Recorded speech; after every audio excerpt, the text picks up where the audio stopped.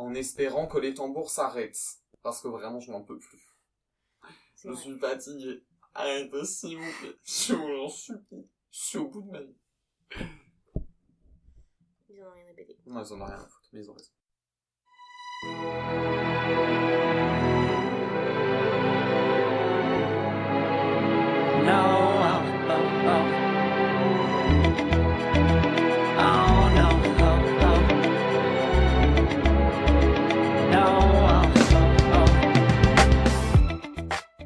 Bonjour à toutes, à tous et à toutes celles dont la fée de la non-binarité s'est penchée sur le berceau.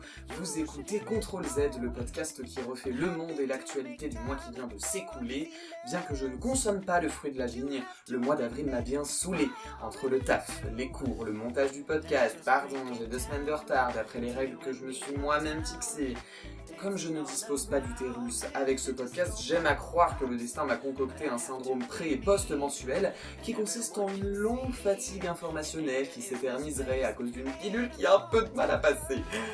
Donald Trump, Victor Orban, Marine Le Pen, François Bayrou, Darmanin, Retailleau. Heureusement, il y a le son des cuillères de miel qui sucrent mon thé, le nuage de lait végétal qui adoucit mon café, la vaseline qui fait glisser... Non, c'est même pas vrai, en plus je fais ça à l'ancienne d'habitude. Ah Marie-Eva, c'est avec moi. Bonjour. Bonjour. Bonjour. Comme c'est la saison des amours, Rico et Elias aussi seront de la partie. Comment ça va chez vous? Hello Ervan, eh bien écoute, enfin en vacances, donc ça va pour le mieux. Alors, je voulais commencer cet épisode non pas avec de la vaseline, mais avec une petite charade. Est-ce que ça vous dit? Oui. Oui. Alors, mon premier peut se faire à pieds joints ou à cloche-pied. Ma seconde est tombée enceinte après seulement 6 mois de relation avec mon père. Et mon tout sert à annoncer tout ce que nos auditeuristes s'apprêtent à entendre dans cet épisode. Qui suis-je? Le sommaire. Mais oui, le sommaire, bien sûr. Je t'aime, maman. En avril, elle nous fait découvrir son sujet par coup de fil interposé. Hippo, contre qui pousseras-tu ton coup de gueule? Je pousse mon coup de gueule contre la Cour suprême britannique, les fachos et les transphobes. Il est la plus bonne de mes copaines. Val, qu'est-ce que tu nous chanteras? Je parlerai des labels indépendants et de la mutation qui s'opère dans l'industrie musicale. De mon côté, je m'intéresserai aux poissons d'avril avant de rejoindre Elias au Café du Commerce qui nous parlera de guerre commerciale. Elias, rassure-nous, tu reviendras des États-Unis en paix. Alors tout à fait Erwan, l'Empire contre-attaque, mais pas d'inquiétude, moi je reviendrai en tant qu'homme pacifiste. Et comme toujours, elle clôturera cet épisode avec ses douces paroles. Marie, quel sera ton mot de la fin? Eh ben écoute, on parlera d'aspiration. Elle est Gémeaux et pourtant elle s'attaque aux balances britanniques. La parole est à Hippo et son coup de gueule. 1, 2, 3, 4, 5, 6, 7, 8. I'm not done talking yet. You will speak when I'm done. It's not my fault. You came with her, but she might leave with me. Oh, security. Hello mes stars, comment allez-vous? Tout pour aller bien en ce mois d'avril. Le retour du soleil, il fait chaud, les oiseaux qui chantent et la Cour suprême britannique pour gâcher le paysage. Petit disclaimer, on va parler ici de transphobie, donc si c'est un sujet trigger pour vous, vous pouvez skipper cette chronique. Prenez soin de vous et je vous fais des bisous. Le 16 avril 2025, la Cour suprême britannique, soit la plus haute juridiction de l'ordre judiciaire du Royaume-Uni, a rendu une décision très attendue sur la définition légale d'une femme. Comme pour débuter une fiche d'arrêt, un petit rappel des faits s'impose. La Cour suprême devait donner son interprétation de la loi britannique sur l'égalité Equality Act datant de 2010. L'Écosse reconnaissait aux femmes trans les mêmes droits en termes de protection qu'aux femmes cis. Jusque-là, tout est normal, me diriez-vous. Sauf que des associations transphobes de femmes ont contesté l'Écosse en affirmant que la définition légale d'une femme repose sur le sexe et non pas sur le genre. Bref, de grosses terfs qui n'ont rien compris à la vie. Donc ces associations transphobes, elles ont introduit plusieurs recours devant les différentes juridictions du Royaume-Uni avant d'aller jusque la Cour suprême britannique. Mais ces associations de TERF, elles n'ont pas introduit leur recours de nulle part. Elles ont été financées par de célèbres personnalités transphobes, telles que l'autrice d'Harry Potter, J.K. Rowling, qui avait fait un don de 70 000 livres aux associations transphobes. Et donc, le 16 avril, la Cour a déclaré à l'unanimité que la définition légale d'une femme reposait sur le sexe biologique et non pas sur le genre. Cette décision, elle est dramatique à tout point de vue. Elle est infondée et elle va avoir des conséquences graves sur la vie des personnes trans. Les services genrés vont donc être légalement réservés aux femmes cisgenres et les femmes trans sont donc légalement exclues. Donc hôpitaux, centres d'hébergement, restaurants, magasins et associations. Et c'est la même chose pour les hommes trans. Elle est tragique cette décision parce que c'est maintenant légal d'exclure toute une partie de la population et on ne se rend pas compte du problème. Et ça légitime la transphobie. Tous les politiques se sont félicités de cette décision, le parti conservateur, les associations des TERF, même le Premier ministre qui était censé être de centre-gauche est content que la définition soit, je cite, clarifiée. Mais ne croyez pas que cette décision va impacter seulement les personnes trans. On exclut, on marginalise un groupe de la population, mais demain, ce sera un autre groupe qui sera attaqué. C'est ça le fascisme. Parce que cette décision, c'est s'attaquer à un groupe d'êtres humains qui est déjà constamment oppressé, qui représente moins d'1% de la population. Et comme on a pu l'entendre, l'objectif de cette décision, il n'est pas de protéger les femmes. Sinon, on ferait des lois pour mieux protéger les femmes contre les VSS, qui sont commises à 98% par des hommes cis. Non, le but ici, c'est juste d'invisibiliser un groupe de la population, de les priver de leurs droits. C'est comme ça que ça fonctionne et que ça commence le fascisme. Et ce n'est pas le fait d'avoir un organe reproducteur féminin qui fait de vous une femme. Elle est débile cette rhétorique. Qu'en est-il des personnes intersexuées, des femmes qui se sont fait retirer leurs organes reproducteurs féminins à la suite de maladies? Du coup, c'est des femmes, mais c'est pas non plus des hommes, mais c'est pas non plus des femmes. Mais du coup, bah alors Karen, on se rend compte que la cause féministe ne t'a jamais intéressée, mais seulement exposé ta transphobie sur la place publique. Vous vous rendez bien compte qu'elle est conne cette rhétorique. C'est pas avoir un vagin qui fait de toi une femme. Les personnes trans ont toujours existé dans l'histoire de l'humanité et continueront toujours d'exister. Et rien ne pourra changer cela. Les femmes trans sont des femmes, les hommes trans sont des hommes, quoi qu'en disent des stupides lois. Et puisqu'il est toujours bon de le rappeler, trans rights are human rights. Merci Hippo pour ce coup de gueule bien senti. Alors, nous ne sommes pas des personnes trans, mais en tant qu'alliés, est-ce qu'on ne pourrait pas réfléchir ensemble collectivement à comment aider les personnes trans? Est-ce que au quotidien, avec vos amis, copains, est-ce que vous avez adopté certaines choses pour prévenir la transphobie, par exemple? Pour soutenir et aider la communauté trans, je pense qu'il faut en parler autour de nous, de cette décision, que ça ne soit pas invisibilisé. Faut aussi montrer qu'on les soutient en manifestant, en protestant, en leur donnant de la visibilité, en leur donnant de l'espace, mais aussi il faut que cet espace il leur appartienne. Faut pas que l'attention elle soit sur nous. Faut juste qu'on soit un peu entre guillemets un vecteur pour après leur donner l'attention qu'elles méritent. Et il faut pas minimiser non plus l'impact de cette décision et en fait de la transphobie de manière générale. Il faut que ce soit un safe place pour que les personnes concernées puissent en parler, puissent évoquer leurs droits, leur lutte et tout ça.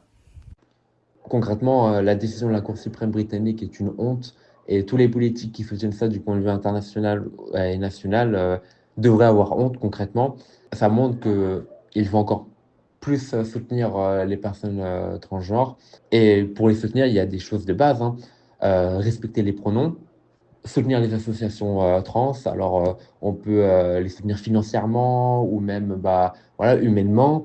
Intervenir quand on entend des propos transphobes, donc même si c'est dans nos cercles proches. Et puis après, on peut porter des choses dans des programmes politiques ou au sein de partis politiques, comme la reconnaissance des identités trans dans l'état civil, des sanctions contre les discriminations transphobes, que ce soit dans les médias, dans l'administratif ou dans n'importe quel pan de la société. Et puis évidemment, une formation des professionnels de santé, de l'éducation, dans le droit également, sur l'inclusion des personnes transgenres. Quand je fais face à des discours transphobes, ce qui peut arriver plus ou moins souvent selon les sphères où je gravite, je change juste de sujet, je leur dis de fermer leur gueule, mais voilà.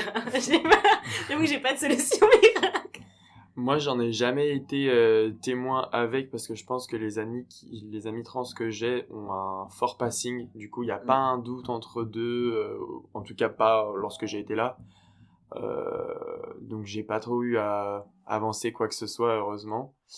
Après, lorsqu'il s'agit de discussions ou de débats, mais pareil, j'y suis pas plus confronté ou alors je m'évite un terme au truc ou un argument en face pour dire que en fait il y a pas matière à déblatérer disons, grand ouais, chose. tu te retrouves vite à discuter de droits humains. Enfin, c'est compliqué, genre, c'est malaisant, quoi. Et toi?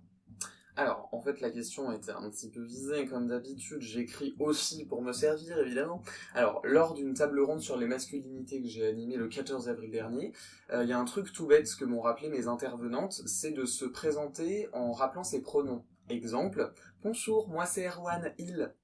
Et comme ça, en fait, tout le monde peut se faire appeler comme il, elle ou elle le souhaite. C'est un truc de base, mais en fait, ça permet de créer un espace safe et que tout le monde puisse se sentir à l'aise et que tout le monde utilise les pronoms que il, elle ou elle a envie qu'on utilise. Je voulais vous raconter une petite histoire que j'ai lue sur le site de la RTBF pour continuer un peu sur le sujet du féminisme. Le mardi 1er avril, le tribunal correctionnel de Louvain en Belgique a accordé une suspension de peine à un étudiant en gynécologie reconnu coupable de viol.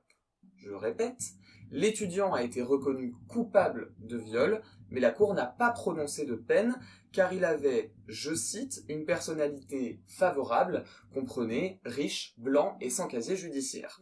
Donc les juges ne voulaient pas mettre en péril son brillant avenir professionnel dans la médecine, donc auprès des femmes. La loi belge précise qu'en cas de récidive dans les 5 ans ou du non-respect du protocole thérapeutique imposé au coupable, la peine pourra être appliquée. Mais normalement, les juges belges n'auraient pas pu suspendre une peine pour un crime, sauf s'ils l'ont correctionnalisé. Retenez donc, un étudiant reconnu coupable d'un crime de viol, requalifié en délit, n'ira pas en prison. Le parquet de Louvain, qui représente l'État belge dans l'affaire, a fait appel de cette suspension. On est d'accord qu'on nage en plein délire là. Faut se faire foutre. Complètement. D'autant plus au vu du métier auquel il se prépare. Enfin, désolé. Non mais c'est Mais un en plus, enfer. c'est quoi ça? En gros, il a un petit délai de 5 ans et s'il fait au bout de 6 ans, tranquille. Mais et même comment... Enfin, c'est horrible. Non mais juste Et le puis principe. surtout que l'argument avant sur c'est Imagine reconnu. la victime, elle entend ça en mode, bon, on va pas briser ton avenir quand même. Mais il m'a violé. Non mais... Il y a des priorités dans la vie. Ouais. Et le pire, c'est que l'un des arguments de la cour, c'est de dire, en fait, la victime a demandé en tant que dommage et intérêt le remboursement et la réparation des dommages pour son année qu'elle a perdue, son année universitaire après le viol qu'elle a raté. Et en fait, la cour a statué que c'était pas à cause du viol qu'elle avait raté son année. Mais ils sont qui déjà pour statuer de ça? Ouais, vraiment. Franchement, je suis outré, mais sachez que la France n'est pas en reste sur le sujet. Le journal Le Monde rapporte que le 24 avril dernier, la France a été condamnée par la Cour européenne des droits de l'homme à verser 55 000 € de dommages et intérêts à 3 victimes de viol, en cause le mauvais traitement des 3 victimes au cours de l'instruction et du jugement, les propos sexistes des magistrats, ainsi que le manque de protection des victimes. Donc on lâche rien, les meufs, d'accord? On continue de se battre pour les droits, ok? Alors, après cette petite histoire un petit peu déprimante, je vous propose une bonne nouvelle. France Info nous apprend le 3 avril que la compagnie d'assurance AXA propose désormais dans ses contrats d'assurance habitation une clause permettant la prise en charge des victimes de violences conjugales. Je m'explique. Les textes des assurances prévoient désormais la prise en charge d'un logement d'urgence pendant 7 jours, ainsi qu'une protection juridique sur simple déclaration de violence par la victime, et ce sans augmenter le prix des mensualités. C'est une super nouvelle ou un coup de com', selon vous? C'est toujours, d'une façon ou d'une autre, un coup de com'. Après, ça a l'air d'être une initiative concrète, et si en vrai elle porte ses fruits, au moins les retombées sont positives. Après, forcément, ça vient flatter leur image, mais... De toute façon, c'est ça, d'un je me côté, dis que l'entreprise, ils font c'est forcément toujours... un truc oui. pour leur intérêt, donc voilà, mais... Si, vu que ça profite, écoute...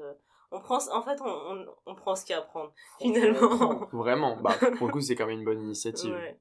Bon, après, les associations, elles rappellent qu'il n'y a toujours pas assez de moyens, etc. Mais elles saluent quand même l'action. Donc je pense qu'on peut faire confiance aux associations. Dernier sujet lié au féminisme dont je voulais vous parler ce mois-ci. Le 11 avril dernier, je me suis rendu avec ma collègue Agathe à la foire de Lyon à l'occasion de la journée gratuite pour les hommes. Alors, à l'entrée, les agents de sécurité nous ont dit qu'aucune consigne pour identifier le genre des personnes ne leur a été donnée. C'est une vraie journée, on part vraiment là-dedans. Donc, ils apprécient le genre des personnes qui entrent au faciès ou à la tenue. Voilà. On continue ? Allez, ils nous ont ensuite montré que les billets imprimés étaient bleus pour les hommes et roses pour les filles. Est-ce que vous en voulez encore? C'est quoi Au programme de la journée gratuite pour les hommes de la foire de Lyon, atelier brassage de bière et coiffage de barbe. 3 jours plus tôt, c'était la journée gratuite pour les femmes. Alors pour elles, c'était atelier massage crânien, séance de sport et, je cite, journée cocooning. Alors sur place avec Agathe, on a rencontré Mais c'est un le gag? gérant. Non, c'est une vraie chose. C'est pour ça que je me permets d'en parler. Sur place, Nick, le gérant du Brewlab qui organisait les ateliers brasserie, nous a dit que la foire les avait incités à faire un atelier brasserie, sachant que lui voulait proposer un atelier soin des ongles et fashion pour prendre le contre-pied de la journée des hommes. Je note. Il y avait aussi une journée gratuite pour les seniors et une journée gratuite pour tous. Et une responsable de JL Events qui organise la foire de Lyon nous a dit que comme ça, je cite, il n'y a pas de débat. Il y a débat ou pas? Il y a débat, ouais. Oui. Bah, autant les seniors, il y a un truc qui les relie et qui a vraiment un impact sur leurs conditions, l'âge. Autant il y a un passage entre... Autant il y a un... Je dis parce que c'est chuchoté. Je sais même pas si on va l'entendre. Marie a dit la mort. Voilà. Autant vouloir se faire masser ou brasser de la binge, je sais pas, même après j'ai une barbe et de la binge, mais je pense ça peut pour autant que soudainement je vais, enfin je sais pas comment dire, mais Mais c'est si genré, Pourquoi mais les tickets faire roses, les tickets bleus, c'est Non, pour mais des sérieux. télépatantes. mais pourquoi juste pas faire des journées activités? Pourquoi labelliser le truc? Enfin, c'est Et puis vraiment... vraiment, et j'imagine elle est entrée en mode ouais, toi t'es un mal en vrai. Ouais, oui, de ouf, parce que c'est comment c'est... Là, je me recensé. suis retourné, en fait, j'ai passé les portiques avec mon billet, donc gratuit pour les hommes, et je me suis retourné, j'ai fait, comment vous saviez que j'étais un homme? Tu as Et ils dit- m'ont dit, ah bah, je dis non, mais pardon, je vous prends un peu au dépourvu, mais est-ce que vous avez eu des consignes pour identifier, en fait, les hommes et les femmes? Et pas du tout. Donc je sais même pas comment est-ce que ça a été organisé. C'est vraiment fait avec la truelle, quoi, comme journée. Mais déjà c'est fait, je comprends pas. Mais Ouais. apparemment, ça répond à un besoin. Alors, le gars de l'atelier brasserie nous a dit qu'il y avait eu 10 personnes, dont des femmes. Donc, en fait, ça n'a aucun sens. Sachant que la dame de JL Event à qui on a parlé nous a dit que c'était pour du marketing, parce que ça fonctionnait comme ça. Toi qui bosses dans la com, est-ce que c'est des stratégies que vous mettez en place pour faire venir des gens aux événements? Bah du tout, surtout que tu parlais tout à l'heure, pour AXA, est-ce que c'est un coup de com ou pas? En fait, tout est coup de com, et en somme, d'autant plus prise en compte des enjeux sociétaux, environnementaux, pardon. Quand il y a pas, enfin c'est vraiment le go-to sur tous les sites maintenant. Après, à quel degré c'est une réalité, à quel degré ils s'impliquent, ils prennent des initiatives, en fait on sait pas, mais dans tous les cas, c'est un truc qui est dans la tête des entreprises, des communicants, qu'ils aient une implication sincère ou non, quoi, je veux dire. Donc c'est pour ça que c'est d'autant plus bizarre qu'elle justifie ce genre de choses qui est à l'opposé du progrès auquel on aspire, quoi, en guise d'argument, en mode bah non, mais c'est pour ça que, enfin madame, il y a un souci. Il y a pas débat. Ouais. Bon, moi je trouve que Valentin il a vraiment bien parlé. Ah. Et ce que je vous propose, c'est de lui laisser la parole. Val, qu'est-ce que tu me chantes là?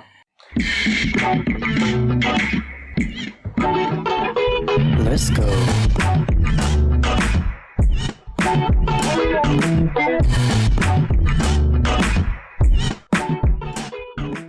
Question, qu'est-ce que tu me chantes là? Eh bien aujourd'hui, je vous chante les mutations d'une industrie musicale digitalisée et extrêmement dense, où contrairement à un temps, les artistes sont en mesure de se produire avec 3 fois rien, d'émerger de nulle part et d'exploser en ligne en un éclair de temps.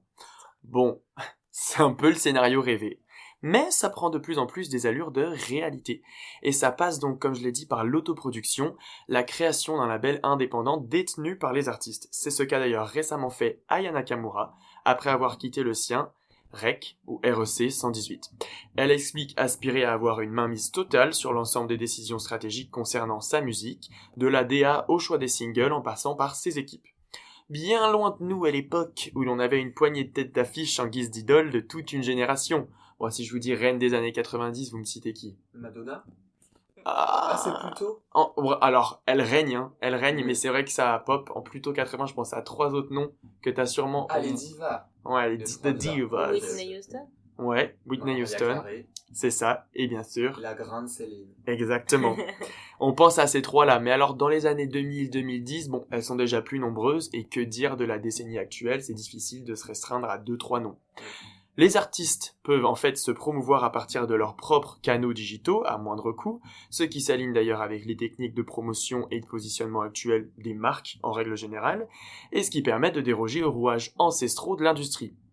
Bon, toujours besoin d'un studio parfois, quoique il est possible de s'enregistrer et de réaliser le mixage de chansons ou de tout autre enregistrement sonore depuis chez soi, si l'on est plutôt débrouillard et plutôt équipé. Plus qu'à déclarer l'existence des chansons et les faire distribuer sur les plateformes de streaming, gratuitement ou à moindre coût, et hop, on est artiste, interprète, auteur, compositeur, producteur. Alors, tout ça c'est un peu simplifié, mais c'est vrai que le chemin de l'indépendance de toute autre entité est de plus en plus emprunté par les artistes-interprètes, qui deviennent alors multicasquettes. Et en réalité, c'est parce qu'il y a une double dynamique qui s'opère et qui s'auto-nourrit. Côté artiste, les gains sont multiples. Déjà, gagner en indépendance dans les choix artistiques et d'image, comme le disait Aya. Donc, être au sein de son propre label ajoute certes une charge de responsabilité importante, mais confère aussi une liberté qui n'est pas négligeable. Renoncer à déléguer en partie, c'est finalement mieux gérer en s'entourant. Encore faut-il bien sûr bien s'entourer. C'est aussi gagner en flexibilité, oui, puisque l'artiste n'est plus soumise à un contrat impliquant des délais, des restitutions d'un certain nombre de livrables, donc je parle vraiment en mode gestion de projet, mais c'est comme ça que ça se fait, voilà. Big up Ariana qui a sorti 7 albums en 7 ans. Ouais. Ou alors toute autre prestation qui pourrait être exigée dans le cadre de contrats traditionnels. Contrats qui d'ailleurs sont amenés à évoluer, que les majors s'affairent à faire évoluer, mais on en parle juste après. L'artiste peut donc avancer à son rythme, même si cela implique déjà une certaine assise financière au départ, on le rappelle. Et d'ailleurs, s'autoproduire permet aussi de gagner des sous.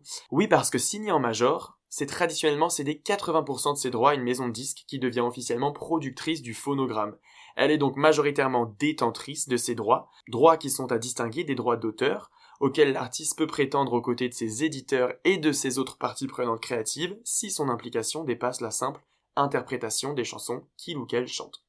Bon, là aussi les apports financiers initiaux se doivent d'être conséquents et donc sont synonymes de risque, mais si le succès est au rendez-vous, on est sur un ROI des plus conséquents. Autrement dit, le jeu peut en valoir la chandelle.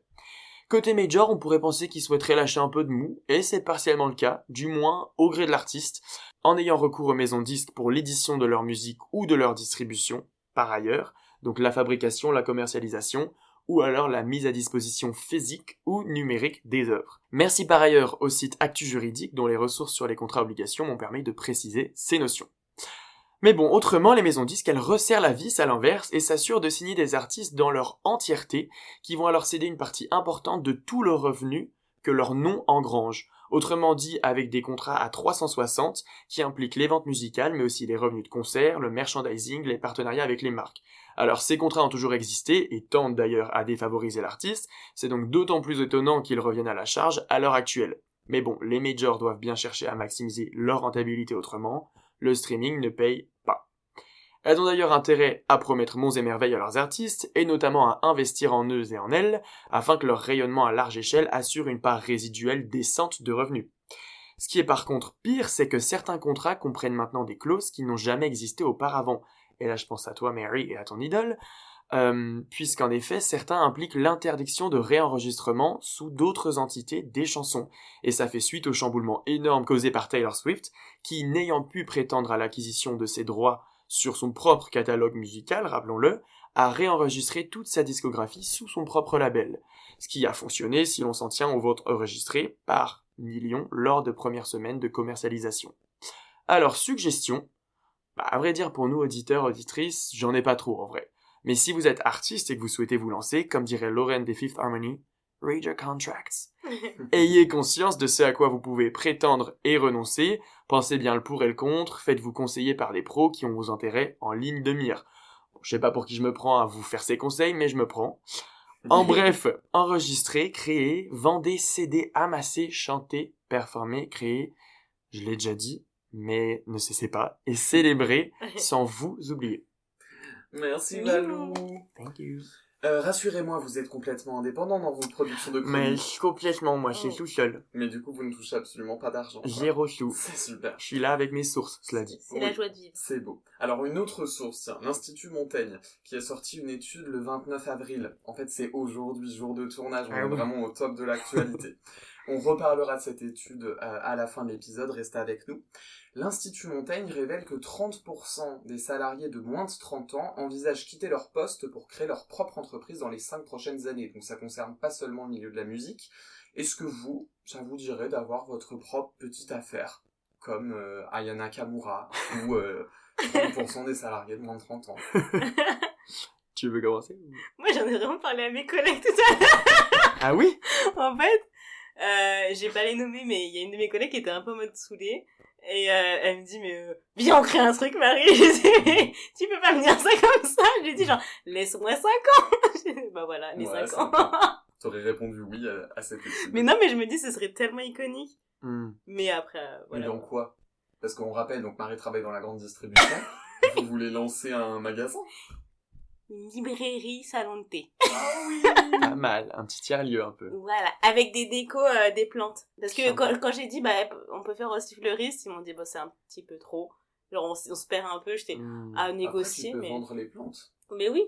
Tu peux les mettre en vente aussi, enfin c'est dans le décor et tu t'en rachètes à Ouais. chaque fois que... C'est comme les bars qui vendent les tableaux. J'ai déjà vu ça, ou même des restaurants, Ah ouais? où en fait il y a des tableaux et ils sont en vente. Bon alors C'est des trop fois bien. c'est souvent produit par la personne, mais c'est possible quoi. Bah, surtout que si c'est un lieu sympa, ça les met en scène au sein d'espaces concrets, donc ça donne encore plus envie de te dire ah ouais, je verrais bien ça chez moi. En plus, on était vraiment en mode... En fait, vous imaginez, on entre... Enfin, c'est une antre avec un petit peu... Moi, je veux des lianes. Je sais pas comment je Du dirais. lierre, du... Voilà. Ouais. Et vous, pardon? Bah moi je sais que ma mère elle en parlait à un moment, mais pareil un peu toujours sur le ton de l'humour, mais je me dis c'est peut-être une idée à faire germer Mais après avec vous, genre un ou- ras-le-bol global. Bah en vrai moi je serais chaud de lui faire ça comme si elle lance son biz. Je sais que par exemple elle pensait à faire un food truck, alors faudrait se renseigner, mais je la verrais tellement tenir un truc comme ça que... Mais ta mère, je la vois faire tellement de trucs qu'elle fait pas. Genre... For real, it do be like that. Mais surtout qu'en plus je me dis si on les fait dans nos contrées, bah on connaît déjà des gens, enfin tu vois, si on se met près des établissements scolaires, enfin bref, il y a un peu un semblant de réflexion. Mais pour ma part, je sais pas parce que il y a certes des avantages, mais c'est aussi le côté entrepreneuriat qui implique un peu d'être constamment en quête à l'affût, et il y a une forme de tranquillité dans le statut de salarié qui a aussi des inconvénients. Mais d'un côté, tu fais ton 9-17, si c'est un taf plus ou moins prenant mentalement, t'arrives plus ou moins à fermer l'ordi en même temps que tu fermes le cerveau à ce niveau-là. Là où, c'est vrai que, en plus, souvent, beaucoup dans la com, il y a beaucoup de freelance. Mais moi, je me projetterais pas dans ce modèle. Et toi, Erwan, moi, j'ai déjà mon entreprise d'artiste-auteur. Ah oui, pour les et je piges. fonctionne par cachet, par pige. Ça, c'est cool. Alors, en effet, c'est un peu précaire parce que moi, pour le coup, c'était cool parce que ce statut, il est arrivé en raison de contrat. Mais je sais pas si ça aurait été aussi confortable si je m'étais lancé dans ce truc-là à la quête de contrat. Oui. J'ai pas eu besoin de vivre de ça. Maintenant, quand t'es intermittent du spectacle, c'est un peu le même cas. En fait, t'es comme un prestataire pour, là, en l'occurrence, des boîtes de production télévisées. Et c'est très confortable parce qu'en fait, tu prends tes congés quand tu veux. Par contre, en effet, quand t'es sur des projets, des fois, tu finis à 22h et t'as pas de vie, quoi. Ouais. Mais en même temps, faut voir, faut étudier. Je pense qu'il faut tester et voir ce qui fonctionne. Ça coûte rien d'essayer. Surtout quand on est jeune, qu'on a des aides. Avant les 27 ans, C'est faut ça. y aller, quoi. Avoir la barrière. Faut tenter. Moi, je n'ai aucune intention de monter ma boîte. Mais en fait, je n'ai pas non plus tellement envie de rester dans le salariat. En fait, je pense que le problème, c'est plutôt le labeur. Enfin, en fait, j'ai pas envie de taffer 40 ans de ma vie. Moi, je veux vivre la petite maison à la prairie. Voilà. Donc, je pense que les deux ne vont pas. Alors, retour en musique, parce que quand même, au départ, on parlait de musique. Donc, moi, je suis fan de l'Eurovision, qui promeut très souvent des artistes par le biais de gros labels européens. Par exemple, il y a Panic Productions, qui produit pratiquement tous les artistes chypriotes, voire grecs. Louane, qui représente la France cette année, elle est chez Universal et Mercury Records. Et je voulais savoir, est-ce que vos reines mères, Katy Perry et Taylor Swift, sont indés ou pas du tout? Alors, Katy, elle est chez Capitol Records, qui est un label de Universal. Donc, en somme, elle est signée en major, schéma traditionnel. Je sais pas si c'est un contrat qu'elle a renouvelé, parce que maintenant, ça fait longtemps qu'elle y est. Après avoir été dropped 3 fois, quand même, faut le dire. De Capitol? Non, d'autres trucs. Okay. Donc, voilà. Et par contre, Taylor, bah du coup, bah sauf si t'as la réponse Mary, mais sinon je pense avoir un peu Je sais l'idée. qu'elle a quitté son label où elle était enfin un peu enfin où elle s'est fait piéger avec ses trucs et tout, mais du coup je sais pas si c'est un label où elle a une grande liberté ou si elle a créé un label. En fait, c'est un peu les trucs qui se font maintenant, j'en ai pas forcément parlé, mais c'est plus y avoir recours, quoique j'en ai un peu parlé, pour ce qui est plus distribution et donc fabrication, bah en l'occurrence physique, elle fait beaucoup de variantes de format vinyle, etc. Je sais pas pour les missions plus édition, mais en tout cas pour la distrib, c'est sûr qu'elle fait avec Republic Records parce qu'il me semble voir ça derrière ses disques. Et autrement, en tant que productrice du phonogramme, comme on dit dans le jargon, c'est elle, c'est son label, c'est pour ça qu'elle peut reprétendre à enregistrer ses albums passés, quoi. Quelle connaissance. C'est exactement ça. En fait, je vous posais la question, mais j'avais déjà la réponse. Parce que j'ai trouvé un deuxième point commun à vos artistes mères, à vos reines mères. Exactement. Voilà, la pollution de l'environnement, mais pas n'importe laquelle, avec des engins volants. Alors, les voyages en jet privé de TT ne sont plus un secret pour personne. Le 26 avril 2024, le site Connaissance des énergies évalue le bilan carbone de la tournée de Taylor Swift à 132 tonnes de CO2 en un an. Ça fait mal. Pour comparer, le bilan carbone annuel d'une Française lambda, c'est 9 tonnes. Voilà. Elle a pollué 130 tonnes de plus. Voilà. C'est juste pour poser ça là, sachant que selon les accords de Paris, il faudrait arriver environ à 2 tonnes par personne. Par personne, ouais. Oh l'angoisse. C'est tendu. Quant à Katy Perry, le 14 avril 2025, elle s'est envolée dans l'espace pour un voyage de 11 minutes dans la fusée New Shepard, de la société Blue Origin. Après 4 minutes, Katy Perry a même pu tester les effets de l'apesanteur. Wouh! Alors, selon Libération, ce vol aurait un bilan carbone d'environ 93 tonnes de CO2. Comme il y avait 6 passagères, chacune est donc responsable de l'émission de plus de 15 tonnes. Voilà. L'empreinte écologique des concerts, de la communication, des activités comme ça, est-ce que c'est un enjeu qu'il faudrait commencer à prendre en compte chez les artistes ou pas? Je trouve qu'il serait très temps, mais en vrai, j'ai l'impression qu'aux États-Unis, ils se sentent pas forcément concernés par l'écologie.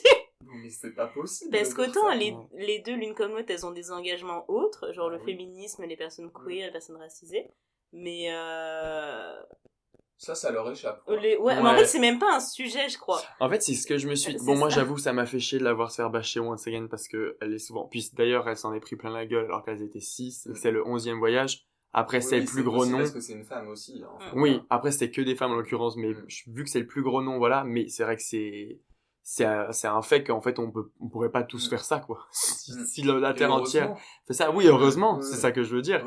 C'est que ouais, en fait c'est à prendre en compte. Et d'un côté, là je veux dire un truc qui pour le coup va la mettre en porte-à-faux, mais par rapport à Taylor, on peut dire au moins que sa tournée, elle a le mérite d'impliquer, déjà, c'est pas que elle, c'est toutes les équipes techniques, créatives, etc.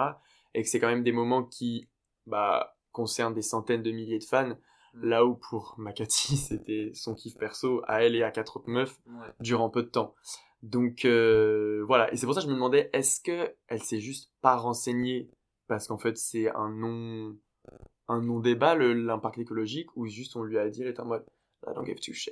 Genre c'est ça que je me questionne. Mais moi je me dis, c'est pas un sujet pour moi. Ouais, je pense un sujet pour eux, on l'a même pas interrogé là-dessus. Je sais pas, mais je me dis, sinon ce serait flagrant. Il y aurait un petit. Même pour les jets de Taylor et tout, en vrai ça se sait. Il y avait des mèmes sur Insta sur les jets de Taylor qui en mode a fait un petit aller-retour pour aller chercher du lait et tout. Ça me faisait hurler de rire, mais en même temps c'est tragique. Il y en a 2 de jets. Elle a 2 jets privés. Ah putain. C'est ça que je trouve fou. Et en plus, pour se défendre, à un moment donné, je crois que sa com avait réagi, c'était en mode non, mais elle l'utilise pas tout le temps, des fois elle prête à ses potes. J'étais en mode ça règle pas le souci. Je te jure, des bouches, t'adore, mais. Et pour revenir sur l'impact écologique de sa tournée, etc., je sais que.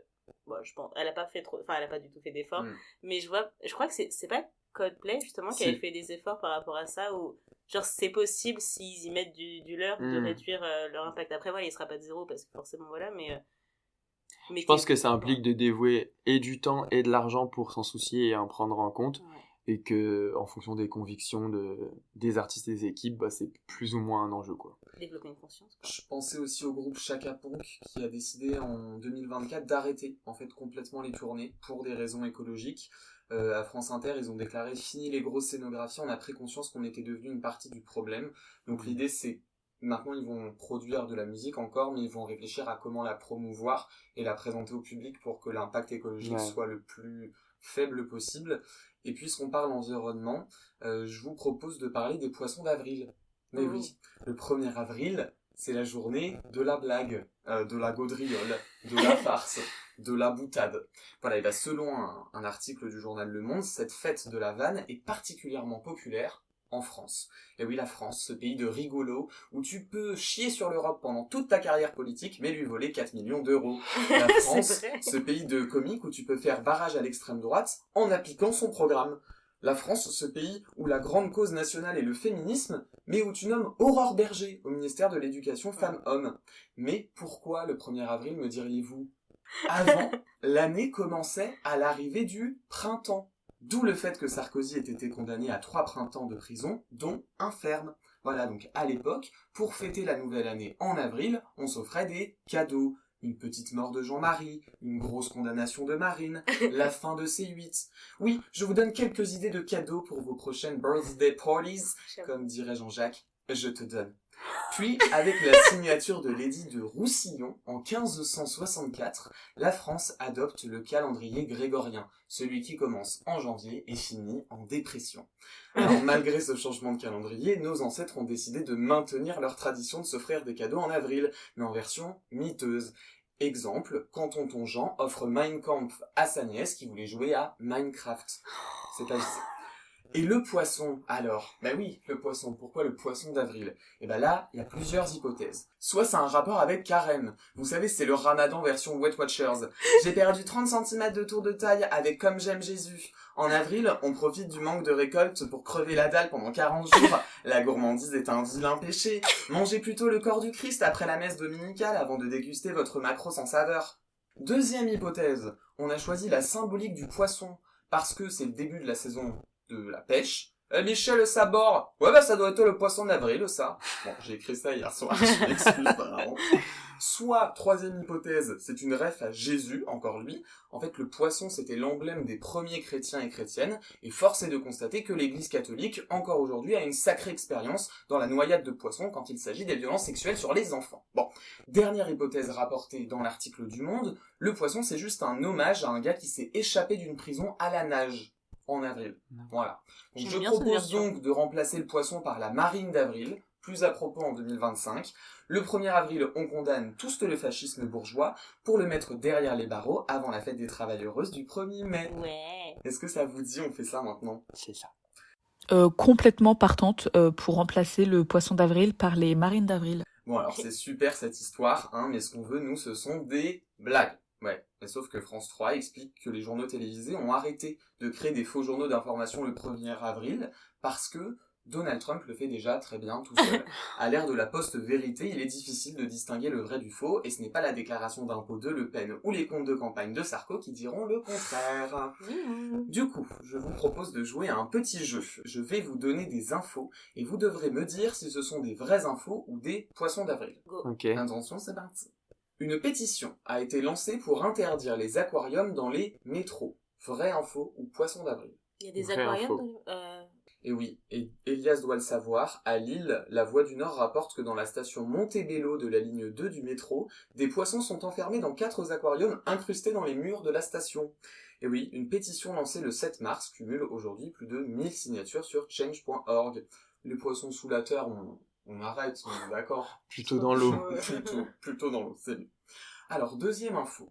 Pour rembourser ses 100 000 € d'amende, Marine Le Pen se lance dans le stand-up. Vraie info ou poisson d'avril ? Poisson Poisson. d'avril. Oui, c'est Jean Lassalle qui lance son one-man show, ça c'est une C'est vraie vrai info. Non. Ah, Mathieu. L'ancien député a annoncé le 3 avril qu'il monterait sur une scène parisienne dont je tairai le nom pour ne pas vous donner des idées, le théâtre de la Tour Eiffel, à partir du 9 octobre 2025. Le journal Sud-Ouest rappelle que le double candidat à l'élection présidentielle s'est endetté à hauteur d'1,5 million d'euros lors de sa dernière campagne. Ses enfants avaient d'ailleurs lancé le site Fils de Berger, où vous pouvez vous procurer des t-shirts humoristiques à l'effigie de Jeannot. Allez par exemple, comptez 29,99 € pour vous procurer un t-shirt avec une photo du mâle en train de se raser, floquer la salle de bain. Oh putain, en fait Oh j'en là veux là. quand même. Alors, à votre avis, comment s'appelle ce spectacle de Jean Lassalle? Est-ce que c'est un On jeu de reste mots sur avec la salle ou pas? Oui, évidemment. La salle. Le sale... Ah, la salope. La saltimbanque. Ah non, mais c'est le... Ah, ça aurait été bien. Ça aurait Jean pu- Lassalle Timbanque, c'était beaucoup mieux. Mais avec la banque, ça aurait été un peu border. Ah je ouais. pense. Ça s'appelle Jean dans la salle. Je suis vraiment... C'est une tragédie. Je suis vraiment au bout de ma vie. Je pense que la personne qui a fait l'affiche a écrit avec la typo en mode super. Qui j'ai mon métier, je suis en freelance. Je te jure, c'est pour le cacher. Je suis vraiment au bout de ma vie. Alors, Mais dernière vraiment, info. quand il parle à la télé, on est obligé de sous-titrer, du coup on va faire comment en live? Ah bah, débrouillez-vous. Ok. Enfin, moi, je payerai pas ma place. Ah, moi non plus, mais... Sauf si un média me paye pour aller le couvrir, mais sinon, c'est non. On n'est pas accusé d'agression en plus. Oui, aussi. Voilà. Alors, dernière info. Le candidat à la primaire des Républicains, Laurent Wauquiez, souhaite développer les pratiques de pêche équitables à Saint-Pierre-et-Miquelon. Vraie info ou poisson d'avril? Ça sonne vrai. C'est vrai. Non, c'est un poisson d'avril. Hein. Ah. Il se fout complètement de la pêche équitable. Non, il a détaillé son programme le 8 avril dans le journal d'extrême droite détenu par Vincent Bolloré, le JD News. Laurent Wauquiez a proposé de déporter toutes les personnes sous obligation de quitter le territoire français sur un territoire français d'outre-mer qui est Saint-Pierre-et-Miquelon. Alors, Saint-Pierre-et-Miquelon, c'est juste à côté du Québec, voilà, pour vous resituer. Je le cite, 5 degrés Celsius de moyenne pendant l'année, 146 jours de pluie et de neige, je pense qu'assez rapidement, ça va amener tout le monde à réfléchir. Il est loin, le temps où on faisait barrage au saumon qui nageait dangereusement à contre-courant vers les sources du fascisme. Une réaction par rapport à Laurent Wauquiez qui veut déporter des humains sur des terres jolies, voilà. Bah, double strike, parce que, bon, déjà, l'initiative, voilà. Et le fait que de l'amener en France, ça en dit bien aussi long sur la considération des territoires d'outre-mer. Enfin, un très grand merci. Manuel Valls, ministre des Outre-mer, s'est offusqué. Mais lui il est partout. Enfin bon, bref. Nous étions en Amérique, en fascisme. Je vous propose d'y rester encore un peu pour rejoindre Elias au Café du Commerce.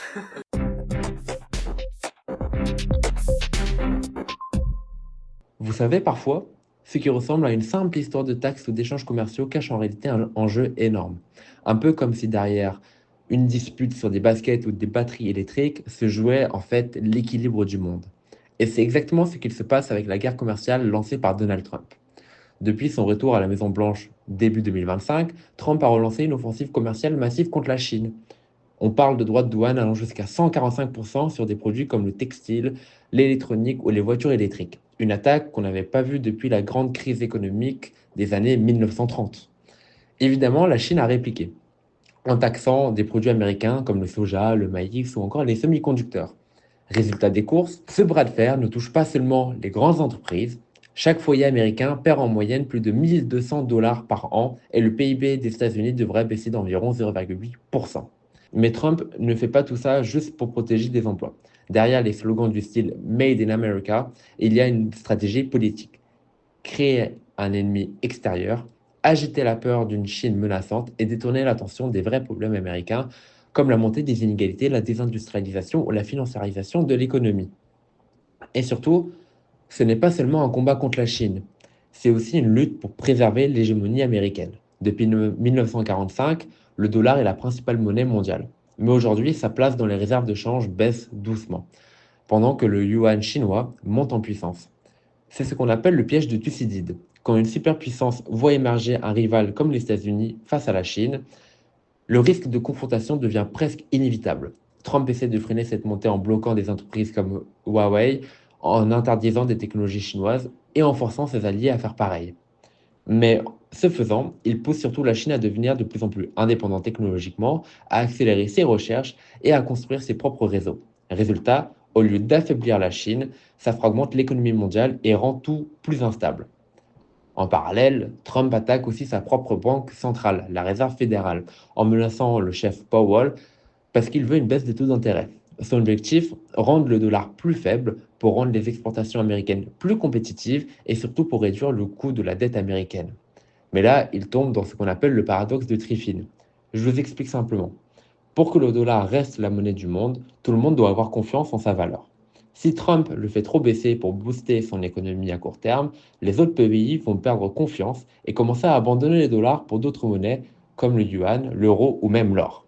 Donc, récapitulons, Un dollar faible pour aider à exporter plus, mais s'il est trop faible, il peut faire perdre aux États-Unis leur domination économique.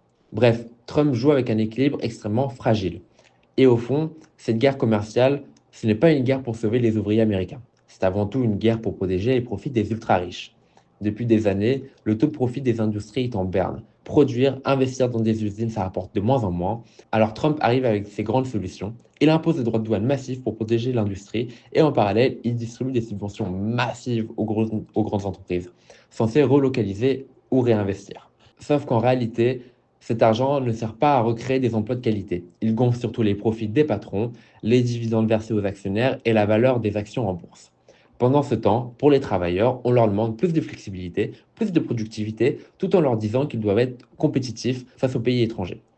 En fait, c'est aussi une manière de discipliner le marché de l'emploi, rendre les travailleurs plus précaires, plus dépendants, plus faciles à exploiter. Et bien sûr, à la fin, ce sont toujours les mêmes qui payent. Les consommateurs qui voient les prix augmenter, les petits épargnants qui subissent l'instabilité financière et les salariés qui voient leur pouvoir de négociation s'effondrer. Alors, quelle alternative? Il faut sortir de cette logique de guerre économique permanente sans pour autant tomber dans un libre-échange naïf. Par exemple, on pourrait taxer les géants du numérique et de la tech là où ils réalisent réellement leur chiffre d'affaires au lieu de les laisser optimiser fiscalement. On pourrait aussi taxer les rentes de propriété intellectuelle, les brevets, les licences, qui aujourd'hui permettent aux grosses entreprises de capter une part énorme de la richesse mondiale sans produire grand-chose. Et puis, relancer une vraie coopération internationale pour localiser de manière écologique et solidaire les secteurs stratégiques, tels que la santé, l'énergie et l'agriculture. En clair, il ne s'agit pas seulement de dire non à Trump, il faut repenser complètement notre rapport au commerce international pour le rendre plus juste, plus démocratique et plus respectueux des peuples et de la planète. Merci Elias pour ces précieux enseignements. Et d'ailleurs, hier, j'ai écouté l'émission Black Bloc, produite par Mediapart et animée par Guillaume Meurice, qui est sortie le 25 avril sur YouTube. Invitée de l'émission, la députée écologiste Sandrine Rousseau a dit que les idées et les valeurs de gauche étaient justement en train de gagner cette bataille de l'opinion qui est beaucoup plus large en fait que cette question de la seule guerre économique. Est-ce que vous partagez ce constat de Sandrine Rousseau que les valeurs de gauche sont en train de gagner dans l'opinion publique? Il y a un politologue, sociologue qui s'appelle Vincent Tibéri qui avait justement analysé ça. Il avait sorti un livre fin 2024 et en fait, il avait utilisé ce qu'on appelle des indices longitudinaux de préférence. Donc, et en fait, avec ces indices-là, il observait que il distinguait en fait une droitisation par le haut. Donc, c'est-à-dire que en fait, les élites politiques et médiatiques, elles, devenaient de plus en plus de droite, mais que en fait, la droitisation par le bas, elle est très moindre sur les questions socio-économiques, les questions culturelles et par exemple la tolérance à l'égard de l'immigration et des minorités ethniques. Et ben justement, les gens étaient de plus en plus de gauche. Alors évidemment, il faut continuer de se battre pour que les idées de gauche soit majoritaire au sein de la société. Et évidemment, il faut continuer de se battre pour que la gauche gagne les élections.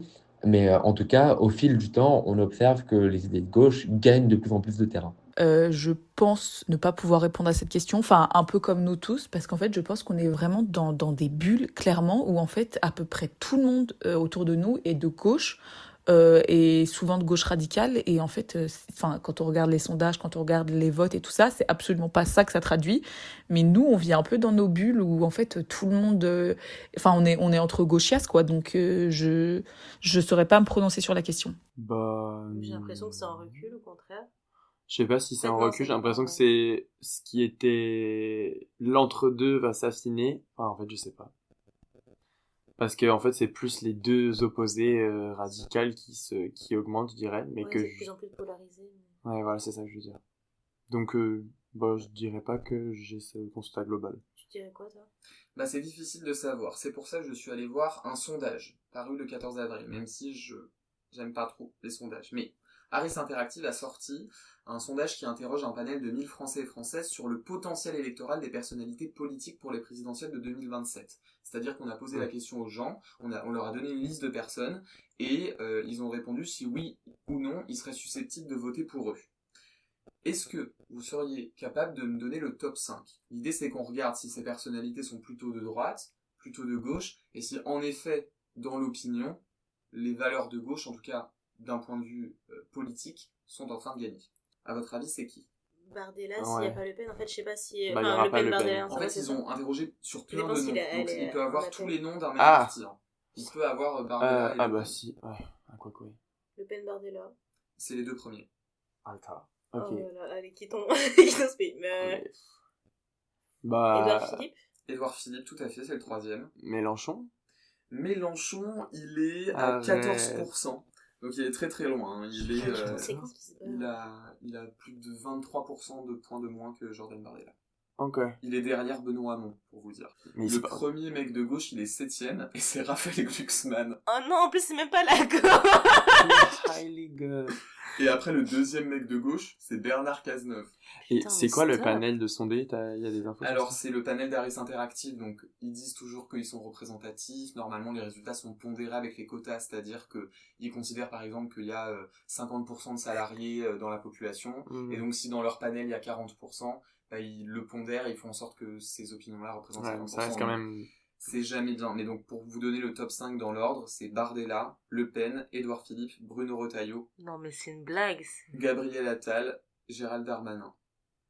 Et donc, le premier mec de gauche, c'est Glucksmann, et juste après, il y a Marion Maréchal. Mais en en fait, moi, fait, ce qui me choque, On c'est... va- ouais. Bon, Marine, ça me choque pas en vrai, mais qui est Bardella aussi haut, Non, mais alors qu'il fasse Retailleau, partie du même truc, et que...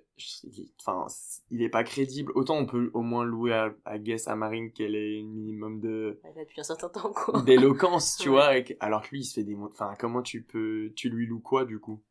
Tu vois? Question. Après, c'est juste des sondages. En fait, on leur a donné une liste Ouais. de noms que ces gens-là n'ont même pas choisi. Et ils ont dit si oui ou non ils seraient susceptibles de voter pour eux. Donc ça veut pas dire qu'ils le feraient effectivement. Mm. Tu vois, il n'y a pas de comparaison. Par exemple, ils Oui. se diraient ah bah je peux voter pour Le Pen ou pour Bardella, c'est ce qui C'est les noms qui reviennent le plus, et c'est aussi les plus connus, donc je pense que ça joue, mais c'est pas en mode qui connaissez-vous, c'est pour qui voteriez-vous, donc il y a quand même déjà un... Non, mais on s'arrête pas assez sur Retailleau 4ème. Mm. En fait, c'est extrême droite, droite, extrême droite, Non, mais ça va. Et ils ont aussi testé des personnalités de la société civile, Genre, dont ton grand patron, Marie. Michel Michel-Édouard Leclerc. Il a Il envie. a Mais 10%. Non, mais c'est son fils. C'est le Also. fils ou le petit-fils du fondateur. Il a 10% d'intention de vote favorable, quoi.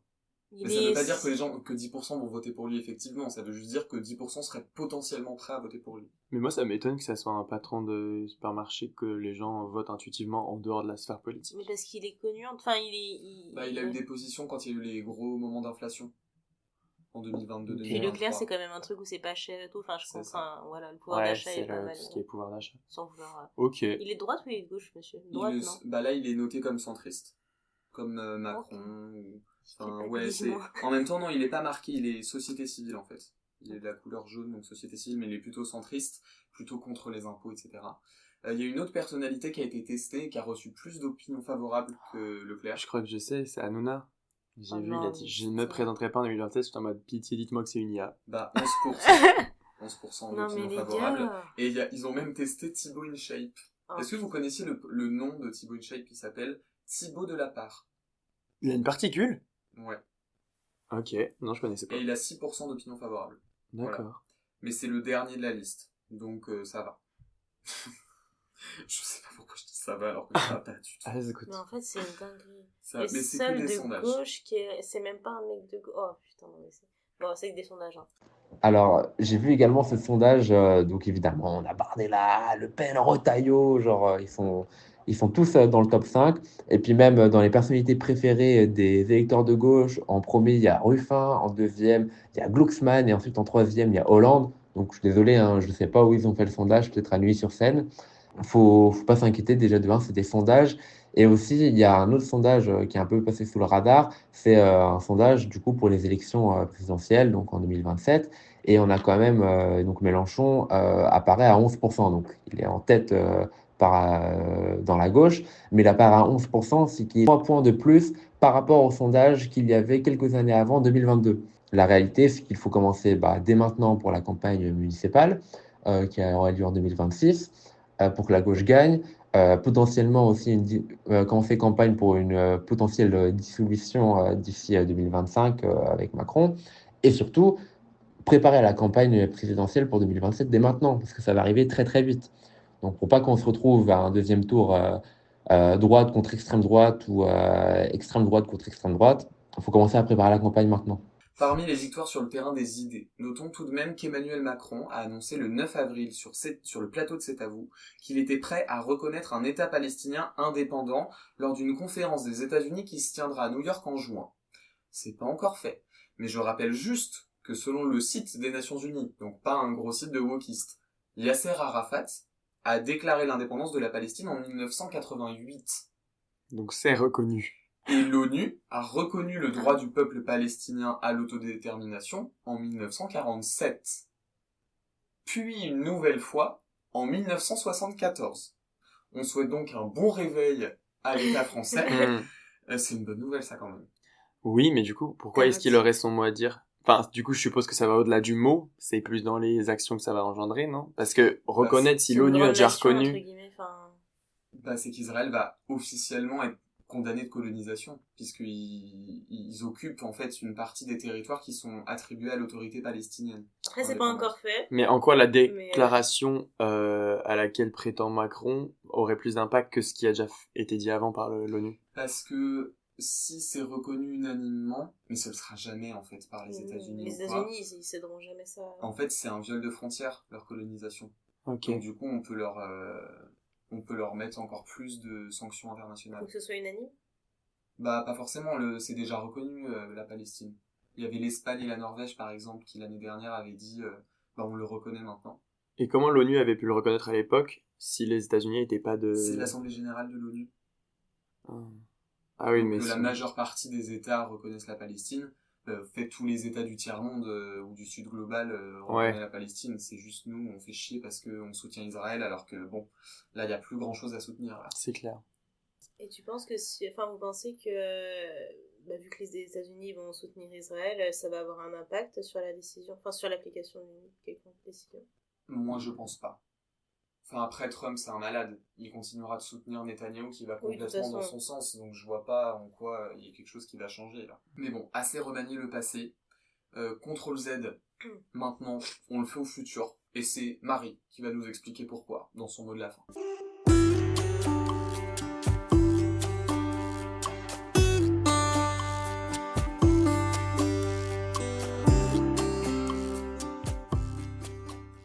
Hello jeunes gens.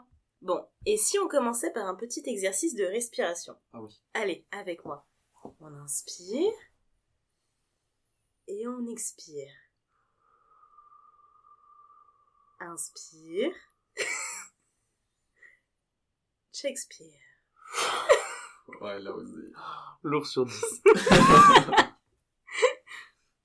C'est bon, vous l'avez? Bien. Alors maintenant, aspirez. La poussière, un tapis, le vomi de votre chat, peu importe. Ah oui. Je vous laisse à votre ménage. Moi, c'est de toute autre aspiration que je vous parlerai. Celle d'une vie, ma vie, votre vie. Ces rêves avoués ou non, chimères ou réels projets. Ces désirs qui n'appartiennent qu'à nous. Ces aspirations à nous couper les souffles. À la base, j'avais prévu de consacrer cette chronique au printemps, à ma seconde arrestation et aux ours. Quoi, vous ne voyez pas le rapport? Ça tombe bien non plus, hein? Puis j'ai regardé Réponse. Après 1h40 à l'avoir réalisé son rêve, j'en suis venue à me questionner sur mes propres désirs. Oui, j'ai justifié le retard de cette chronique comme ça. Quand je serai grande, je deviendrai vétérinaire. Ça, c'était moi à 6 ans. Quelques années plus tard, c'est la magistrature que j'ambitionnais, avant de la délaisser elle aussi au profit d'autres aspirations. Moi, mon plus grand rêve, c'est d'avoir un tigre domestique et des escaliers en forme de toboggan. Je vous présente la Marie de 10 ans. Ouais, on a régressé en 4 ans, je sais pas ce qui s'est passé. Moi, je dis c'est la Marie de maintenant. For real. Aujourd'hui, mon tigre, c'est une chatte capricieuse de 20 ans, et ma maladresse rend chaque escalier susceptible de se transformer en toboggan, finalement.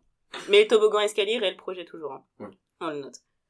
Vous l'aurez deviné, mes fantasmes d'autrefois sont bien éloignés de ceux qui m'habitent à présent. T'as fait exprès?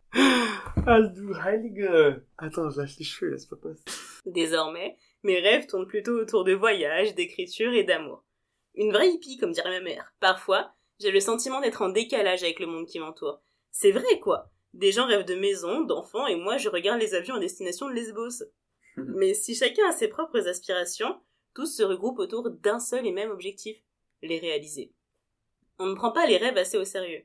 Pourtant, c'est fou ce qu'ils peuvent nous pousser à faire. Certains planifient toute leur existence en fonction de ce désir ultime. Leur chemin semble tout tracé, aucun obstacle ne les fera dévier. D'autres peuvent choisir de bazarder l'intégralité de ce qu'ils avaient construit jusqu'ici. Tout ça à la poursuite d'un idéal qui n'appartient qu'à eux, et qu'au fond, ils ne seront jamais sûrs d'atteindre. En fait, je crois qu'on ne saisit pas assez l'ampleur des conséquences de notre imaginaire peut avoir sur nos vies. On a tellement idéalisé cette ambition encore irréalisée qu'on s'y consacre corps et âme, persuadé qu'on ne sera pleinement nous-mêmes qu'une fois nos aspirations assouvies. Alors on fonce, qu'importe les sacrifices. Mais un problème de taille se pose alors. Car plus le rêve est grand, plus les attentes sont élevées. Alors, que se passe-t-il si on y arrive vraiment ? Est-on aussi heureux que ce qu'on avait imaginé ? Le jeu en valait-il réellement la chandelle ? Qu'est-ce qu'on devient une fois que notre rêve se réalise ? Nous-mêmes, enfin ? Ou se vide-t-on du seul objectif qui nous animait jusqu'alors ? Tu vas nous rembourser les frais de thérapie, hein. J'en viens à me demander, doit-on vraiment accomplir ses rêves ? N'est-il pas plus sage de se contenter du voyage sous peine d'être déçu de la destination ? Ouais, bon, j'avoue, réflexion de peureuse. Mais en même temps, moi, ça me fait peur. Si tout ce que je veux finit par voir le jour, alors qu'est-ce que je voudrais après ? Et qui me dit que si je réalise plus tard tout ce que je veux aujourd'hui, ça ne sera pas en décalage à ce que je voudrais au moment où je le réaliserai ? Est-ce que j'aurais fait tout ça pour rien ? Et si je change d'avis entre-temps au final, est-ce que je vais finir par accomplir quelque chose avant de m'en détourner ? D'ailleurs, c'est pas parce qu'on désire quelque chose que cette chose est ce qu'il y a de meilleur pour nous. Et puis, pourquoi on n'appelle pas juste ça projet en fait ? Est-ce qu'on est trop insécure pour penser que ce soit quelque chose de réalisable ? Ça y est, j'angoisse en imaginant l'échec potentiel d'un truc imaginaire. Pourtant, ça partait bien. Après tout, c'est génial de rêver. Et en vrai, tant pis si c'est décevant ou si ça ne se réalise jamais. Je crois que ce qui compte, ce n'est pas tant le rêve en lui-même, mais le simple fait qu'on le rêve. Il nous porte, nous donne un but, un espoir. Grâce à lui, on fait des choses qu'on n'aurait jamais tentées en temps normal.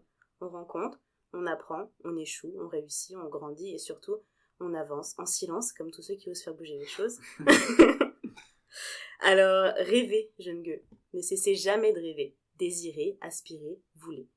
Et si tous vos rêves se sont déjà produits, alors, faites-en de nouveaux. On n'a jamais assez d'étoiles dans les yeux.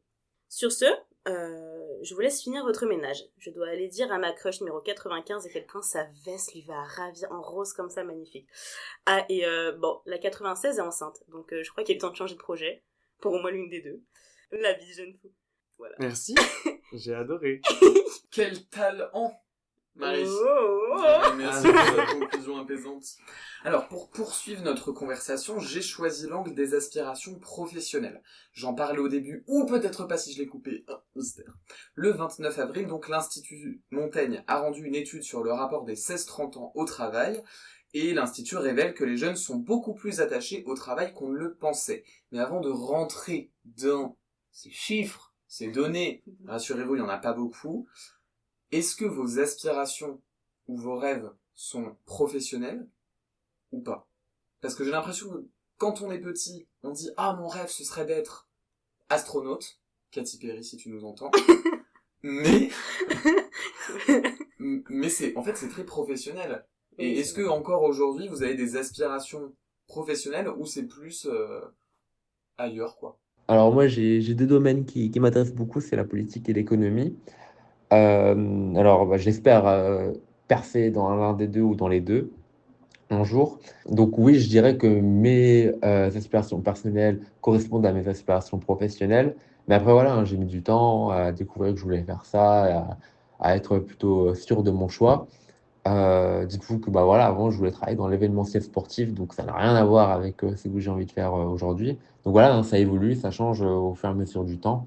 Moi, ce que je disais, vouloir être en étant petit était ma passion, et c'est encore ma passion. Après, j'avoue que j'ai perdu le sens de la raison qui t'entraîne. À chaque pas sur le devant de la scène que j'aurais tant aimé fouler étant petit. En vrai, c'est jamais trop tard, mais je sais pas, j'ai un peu...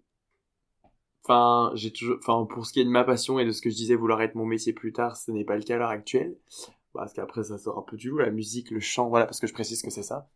Mais j'aime bien le fait de pouvoir l'injecter dans d'autres parties de ma vie, sans me dire que ma vie en dépend justement, et puis parce que je grandis, après ça reste toujours un rêve, mais je l'envisage plus comme le rêve irréalisable que le rêve que je souhaite atteindre, là, maintenant, instant T. Moi, écoute, je me suis un peu détournée justement de ces aspirations carriériques. Carriériste. Carriériste. Non, mais oui, bah, la preuve, j'ai quitté mes études. Enfin, j'ai un peu fait en mode YOLO. Mais non, bah, maintenant, mes aspirations, c'est vraiment personnel, genre voyager, écrire. Bien sûr qu'écrire, j'aimerais en faire mon métier, mais en même temps, un peu comme Val, enfin, je suis en mode... J'aime bien le fait que ce soit un loisir, entre guillemets. Et voilà, être heureuse et être libre. Et toi?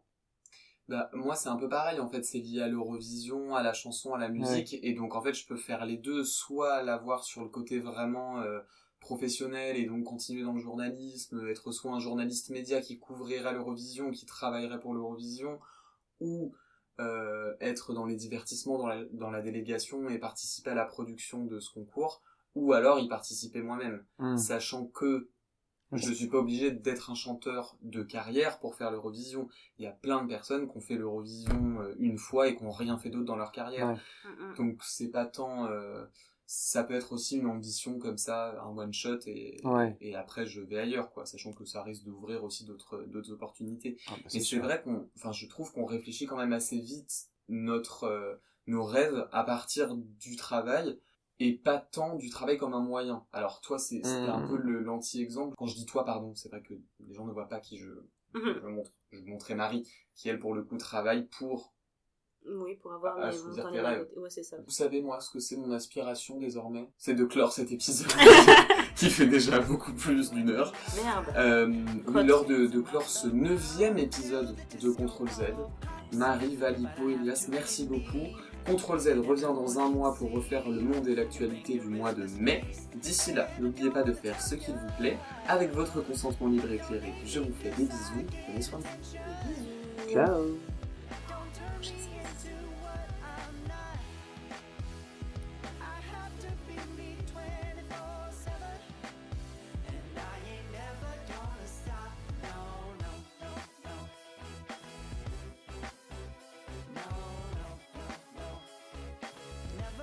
Stop.